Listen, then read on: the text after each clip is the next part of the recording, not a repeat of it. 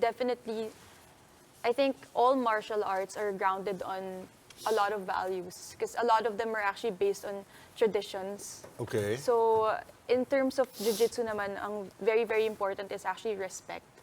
Like really learning how to respect your opponents. Also because martial arts, it's a contact sport eh. Parang if you are going to practice it and practice it well, you have to be able to do it in such a way that you really respect your opponents because it can go the wrong way if you don't use it well. So for you to be able to reach that point na you're excelling in it, parang it's also kind of like a given that the values are instilled in you na rin. Kasi for It you teaches you control. Yes, it teaches you control. It teaches you how to respect. It teaches you to be disciplined because it's not easy to excel in something like martial arts. It's a contact sport. Now you get hurt a lot and you have to be able to take the pain that you experience in training and competition. So How young were you when you started in jiu-jitsu? ako po medyo late nag-start. I actually started at 22. Huh? I started at 22, yeah.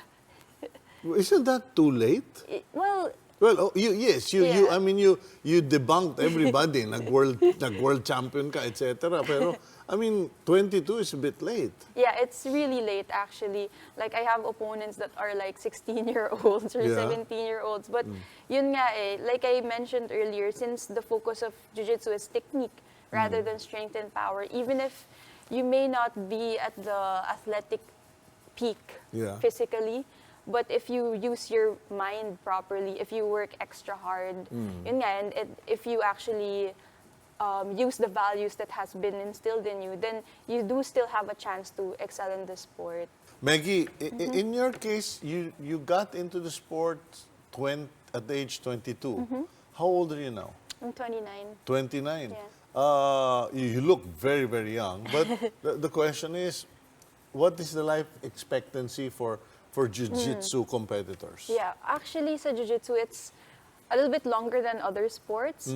Kasi nga, like I said, technique rather than strength and power. So even if you're not as strong anymore, there's like a certain style or a certain technique that you can work on. Para you can still win against opponents that might be faster, stronger than you are. So I would say maybe late 30s. Actually, some of my teammates are almost 40 and still winning gold in SEA Games. Okay. So I wouldn't put like a cap, but I would say late 30s, and I think 40 you can still do it, but you'll have to be very strategic with your training. And very selective about your competitions. Yes, exactly. Okay, now,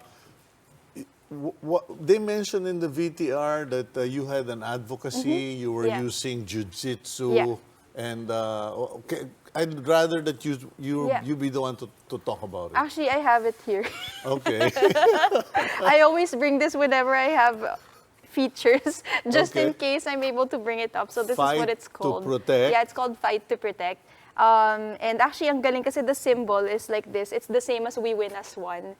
Kasi the idea is, it's actually a movement that aims to fight against child sexual violence using sport as both a platform and a tool. And that's why the symbol is like this, because, you know, in SEA Games, everybody really worked hard to support the athletes. And now we see that we produce the results. So the idea for Fight to Protect is, why don't we apply that same kind of unity, that same kind of perseverance, and that same kind of purpose to be able to address an issue as bad and as horrible as child sexual violence? Because in the Philippines, it's very rampant, especially the issue of online sexual exploitation of children. Yes.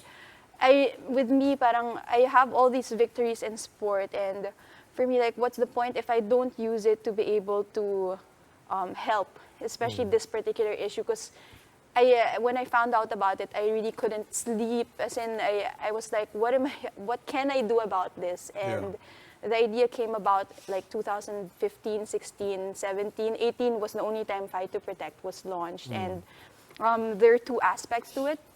One aspect is teaching victims to become survivors and eventually advocates themselves using sport. Okay. And then apart from that, the other one is the awareness part and just gathering different people, different partners to work together as one. Kaya nga ganyan. We win as one, we fight as one. Yeah. To work together as one to fight against child sexual violence. Because I believe na it seems impossible and so complex. It's just such a complicated issue, but I believe that when people come together, the impossible becomes realities.